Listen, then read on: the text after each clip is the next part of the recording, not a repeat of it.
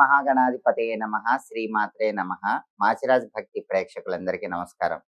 April 1వ తేదీ నుంచి ఏప్రిల్ 10వ తేదీ వరకు మేషాది ద్వాదశ రాశులకి రాశి ఫలితాలు ఏ విధంగా ఉండబోతున్నాయో, ఏ గ్రహాలు యోగిస్తున్నాయో, ఏ గ్రహాలు వ్యతిరేకంగా ఉన్నాయో, అనుకూలించే గ్రహాలు ఇంకా రెట్టింపు అనుకూల ఫలితాలు ఇవ్వటానికి, వ్యతిరేకించే గ్రహాలు వ్యతిరేకతను తగ్గింపజేయటానికి ఎటువంటి సులభమైన పరిహారాలు చేసుకోవాలో, ఏ దేవీ దేవతల ఆలయ దర్శనం చేసుకోవాలో, ఏ మంత్రాలు జపించుకోవాలో, ఏ స్తోత్రాలు చదువుకోవాలో, ఎటువంటి దానాలు ఇచ్చుకోవాలో, ద్వాదశ రాశుల వాళ్ళకి ఈ 10 రోజుల పాటు రాశి ఫలితాలు ఏ విధంగా ఉండబోతున్నాయో, పాటించాల్సిన ముఖ్యమైన విధి విధానాలేంటో ఈ వీడియోలో మనం తెలుసుకుందాం.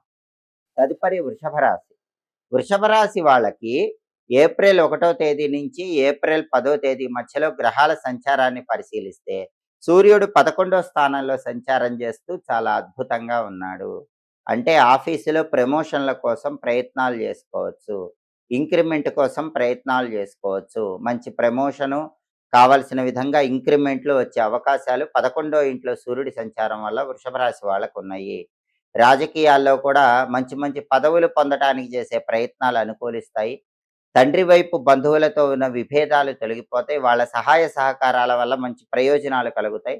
అదేవిధంగా ప్రధానంగా తండ్రి వైపు ఆస్తుల కోసం చేసే ప్రయత్నాలకు కూడా సూర్యుడు 11వ స్థానంలో ఉండటం అనేది యోగిస్తుంది. సమాజంలో అధికార పదవులు, హోదా, గౌరవము, కీర్తి ప్రతిష్టలు ఇవన్నీ పొందే యోగం వృషభ రాశి వాళ్ళకి 11వ ఇంట్లో సూర్యుడి సంచారం వల్ల చాలా ఎక్కువగా ఉంటుంది. రాజకీయాల్లో రాణించగలుగుతారు. వృత్తిపరంగా టాప్ పొజిషన్‌లో అద్భుతంగా రాణించగలుగుతారు. అలాగే వృషభ రాశి వాళ్ళకి బుధుడు 10వ స్థానంలో సంచారం చేస్తూ వ్యతిరేక ఫలితాలు ఇస్తున్నాడు. బుధుడు వృత్తి స్థానంలో వ్యతిరేక ఫలితాలు ఇస్తున్నాడు కాబట్టి వృషభ రాశి విద్యార్థులు బాగా కష్టపడి చదివితేనే మంచి ర్యాంకులు వచ్చే అవకాశం ఉంది. బాగా చదవకపోతే గొప్ప ర్యాంకులు రావటం కష్టం. అలాగే నిరుద్యోగులు కూడా ఇంటర్వ్యూలకు వెళ్ళేవాళ్ళు వృషభ రాశి వాళ్ళు బాగా ప్రిపేర్ అయ్యి వెళ్తేనే మీ క్వాలిఫికేషన్‌కి తగిన జాబ్ వస్తుంది. బాగా హార్డ్ వర్క్ చేసి ఇంటర్వ్యూకి బాగా ప్రిపేర్ అయ్యి వెళ్తేనే మంచి ప్యాకేజ్‌తో మీ క్వాలిఫికేషన్‌కి తగిన జాబ్ వచ్చే యోగం ఉంది. లేదంటే మాత్రం మీకు ఇంటర్వ్యూలో లాస్ట్ రౌండ్‌లో ఫెయిల్ అయిపోయే సూచనలు ఎక్కువగా ఉన్నాయి. కాబట్టి నిరుద్యోగులు బాగా ప్రిపేర్ అయ్యి ఇంటర్వ్యూలకు వెళ్ళాలి. కొత్త ఉద్యోగాలు రావటం గానీ, లేదా అసలు ఉద్యోగం అంటూ రావటం గానీ వృషభ రాశి వాళ్ళకి కష్టంగా ఉంటుంది. కానీ ఉన్న ఉద్యోగంలో మాత్రం సూర్యుడి బలం వల్ల బ్రహ్మాండంగా ఉంటుంది. ఇక వ్యాపార రంగంలో కూడా బుధుడు 10వ స్థానంలో ఉండటం వల్ల కొన్ని ఒడిదుడుకులుంటాయి.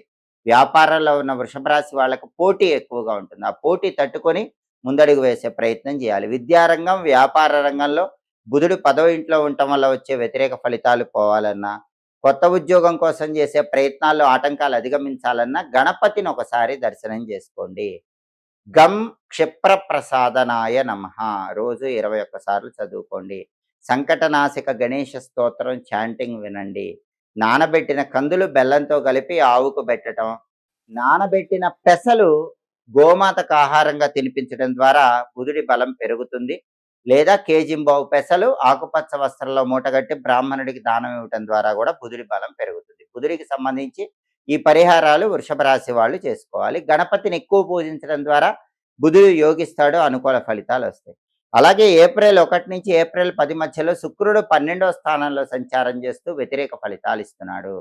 అంటే వృషభ రాశి వాళ్ళకి ఈ 10 రోజుల్లో శుక్రుడి బలం లేదు, వ్యయస్థానంలో 12వ ఇంట్లో ఉన్నాడు కాబట్టి ఖర్చులు బాగా పెరిగే అవకాశాలు ఉన్నాయి. రూపాయి ఖర్చు పెట్టాల్సిన చోట వృషభ రాశి వాళ్ళు 10 రూపాయలు ఖర్చు పెట్టే అవకాశాలు ఉన్నాయి. కొంచెం జాగ్రత్తగా ధనాన్ని ఖర్చు చేసుకోవాలి. సినిమా, టీవీ రంగాల్లో, సంగీత, నాట్య రంగాల్లో కూడా అవకాశాలు వచ్చినట్టే వచ్చి చేజారిపోతూ ఉంటాయి. సహనంతో వ్యవహరించాలి. భార్యాభర్తలు మాట్లాడుకునేటప్పుడు కూడా చిన్న విషయాల గొడవలు రాకుండా జాగ్రత్తగా మాట్లాడుకునే ప్రయత్నం చేయాలి. టెక్స్టైల్, లేడీస్ ఎంపోరియం, బొటిక్ లాంటి వ్యాపారాలు చేసే వాళ్ళు ఎవరైనా సరే వ్యాపారంలో ఊహించిన స్థాయిలో కంటే తక్కువ స్థాయిలోనే లాభాలు రావటానికి, ఒకవేళ లాభాలు వచ్చినా కూడా డబ్బు ఎక్కువ ఖర్చు పెట్టాల్సిన పరిస్థితులు ఏర్పడటానికి 12వ ఇంట్లో శుక్రుడు వృషభ రాశి వాళ్ళకి కారణం అవుతాడు.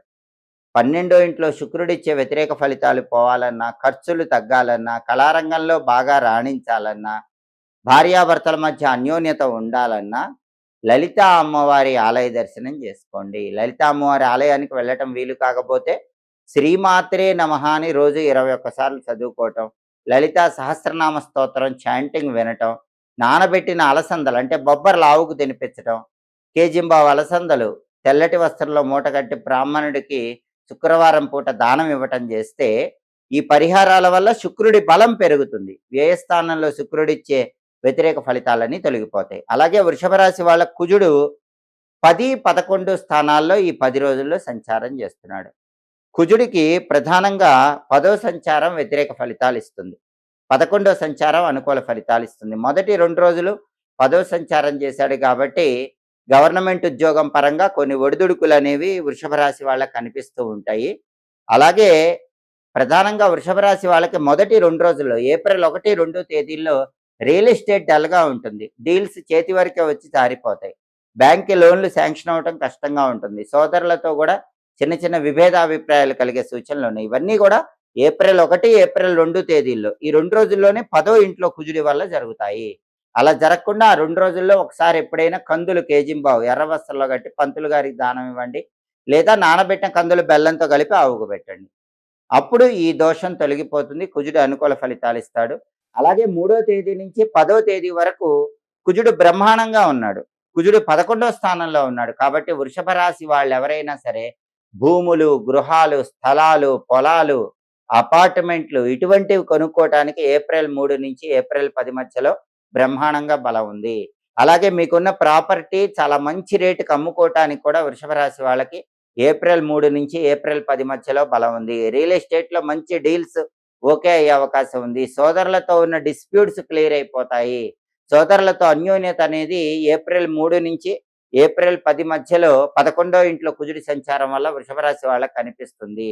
అలాగే వృషభ రాశి వాళ్ళందరూ కూడా బ్యాంకు లోన్‌లు శాంక్షన్ అవ్వటం, రియల్ ఎస్టేట్‌లో సోదరులతో మంచి అనుకూల ఫలితాలు పొందటం, రియల్ ఎస్టేట్ ద్వారా లాభాలు పొందటం, సోదరుల వల్ల ప్రాపర్టీస్ పొందటం, ఇటువంటివన్నీ కూడా జరిగే సూచనలు చాలా ఎక్కువగా ఏప్రిల్ 3వ తేదీ నుంచి ఏప్రిల్ 10వ తేదీ వరకు కనిపిస్తున్నాయి. కాబట్టి ప్రధానంగా వృషభ రాశి వాళ్ళకి రవి బలం అద్భుతంగా ఉంది. అలాగే కుజుడి బలం కూడా ఏప్రిల్ 3 నుంచి ఏప్రిల్ 10 మధ్యలో చాలా అద్భుతంగా ఉంది. ఏప్రిల్ 1, 2 తేదీల్లోనే కందుల పరిహారం చేసుకుంటే సరిపోతుంది.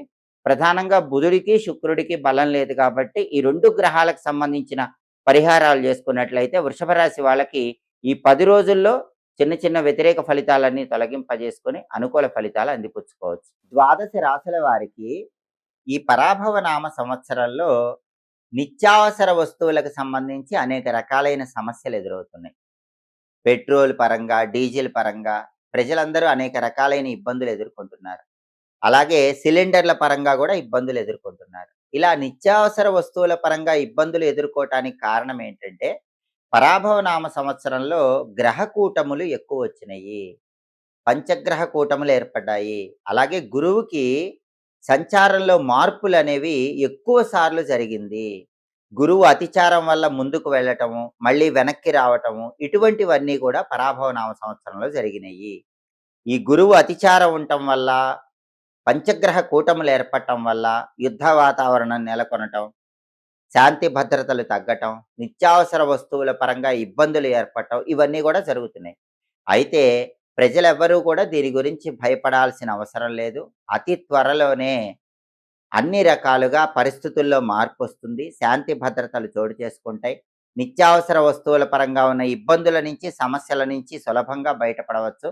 అలా జరగాలంటే అన్ని రకాలుగా పంచగ్రహ కూటమి వల్ల వచ్చే వ్యతిరేక ఫలితాలు, గురువు ఎక్కువ సార్లు అతిచారం వల్ల ముందుకు వెళ్ళి వెనక్కి రావటం వల్ల వచ్చేటటువంటి ఇబ్బందులు వీటన్నిటిని అధిగమించటానికి ఏ రాశి వాళ్ళైనా సరే ఉగ్రదేవతలను ఎక్కువగా పూజించండి. ఎందుకంటే దేశ రాష్ట్ర పరిస్థితులు ఇబ్బందికరంగా ఉన్నప్పుడు కానీ, నిత్యావసర వస్తువుల పరంగా సమస్యలు ఉన్నప్పుడు కానీ, యుద్ధ వాతావరణం నెలకొన్నప్పుడు కానీ ఉగ్రదేవతలను పూజిస్తే ఆ రకమైన సమస్యల నుంచి చాలా సులభంగా బయటపడవచ్చు. సామూహిక స్తోత్ర పారాయణలు కూడా విశేషంగా సహకరిస్తాయి. అందుకే ఖాళీ సమయంలో ఏ రాశి వాళ్ళైనా సరే, ఎక్కడైనా సరే సామూహిక లలితా సహస్రనామ స్తోత్ర పారాయణలు చేసినట్లయితే అది విశేషమైన శుభ ఫలితాలను కలిగింపజేస్తుంది. అలాగే దీంతో పాటుగా ఉగ్రదేవతల ఆలయాల్లో నిమ్మకాయ దీపాలు వెలిగించుకోవటం కూడా అనుకూల ఫలితాలను కలిగింపజేస్తుంది. దుర్గా, కాళి, మహిషాసుర మర్దిని లేదా గ్రామ దేవతలైనటువంటి పోలేరమ్మ, నాంచారమ్మ, పెద్దమ్మ, పోచమ్మ ఇటువంటి ఉగ్రదేవతల ఆలయాల్లో రాహుకాలం ఉన్న సమయంలో నిమ్మదొప్పల్లో దీపాలు వెలిగించుకోవటం మంచిది. అలాగే లక్ష్మీ నరసింహస్వామిని పూజిస్తే కూడా చాలా మంచిది. అందుకే వీలైనప్పుడు లక్ష్మీ నరసింహస్వామికి అర్చన గాని, అభిషేకం గాని చేయించుకోవటం. అలాగే ప్రజలందరూ కూడా ఏ రాశి వాళ్ళైనా సరే అనునిత్యము కూడా ఈ సమస్యల నుంచి దేశ రాష్ట్రాలు తొందరగా బయటపడటానికి స్నానం చేసి ఇంట్లో దీపం పెట్టి ఉగ్రం వీరం మహావిష్ణుం జ్వలంతం సర్వతోముఖం నృసింహం భీషణం భద్రం మృత్యోర్మృత్యుం నమామ్యహం అంటూ సుదర్శన మంత్రాన్ని 9 సార్లు లేదా 11 సార్లు చదువుకోవటం ద్వారా కూడా ఈ రకమైన సమస్యల నుంచి సులభంగా బయటపడవచ్చు. అలాగే కాలభైరవాష్టకాన్ని వింటూ ఉంటే చాలా మంచిది. కాలభైరవుడికి జలాభిషేకం శివాలయంలో చేయించుకోవటం, కాలభైరవుడికి మారేడు దళాలతో శివాలయంలో పూజ చేయించుకోవటం ద్వారా కూడా ఉత్తమ ఫలితాలు కలుగుతాయి. దేశ రాష్ట్రాల్లో వచ్చినటువంటి ఈ విపత్కర పరిస్థితులన్నిటి నుంచి బయటపడటానికి ఈ ప్రత్యేకమైన పరిహారాలు ఏ రాశి వాళ్ళైనా, ఏ నక్షత్రం వాళ్ళైనా చేయండి. మీకు నిత్యావసర వస్తువుల పరంగా వచ్చేటటువంటి సమస్యల నుంచి బయటపడటానికి కూడా ఈ పరిహారాలు విశేషంగా సహకరిస్తాయి. అలాగే అందరూ కూడా కష్ట పరిస్థితులు ఎక్కువగా ఉన్నప్పుడు ఓం రామ్ రామ్ రామ్ రామ్ రామ్ రామ్ రామ్ రామ్ మమ విపదం నాశయ స్వాహ అని ఎల్లవేళలా మనసులో స్మరించుకుంటూ ఉండండి. ఈ సమస్యల నుంచి బయటపడండి. ఎప్పటికప్పుడు గ్రహాల సంచారంలో వచ్చే మార్పుల వల్ల ద్వాదశ రాశుల వాళ్ళు రాశి ఫలితాలు తెలుసుకోవాలంటే, అలాగే దాంతో పాటుగా దినఫలాలు, మాస ఫలాలు వీటన్నిటి గురించి తెలుసుకోవాలంటే మాచిరాజు భక్తి ఛానల్ తప్పకుండా చూడండి. మా వీడియోస్ మీకు నచ్చినట్లయితే మా ఛానల్ లైక్ చేయండి, కామెంట్ చేయండి. మా ఛానల్ వీడియోస్ 10 మంది మిత్రులకు షేర్ చేయండి. మా ఛానల్ సబ్స్క్రైబ్ చేసుకోండి. పక్కనున్న బెల్ సింబల్ నొక్కటం మాత్రం మర్చిపోకండి. సర్వే జనాః సుఖినో భవంతు. స్వస్తి.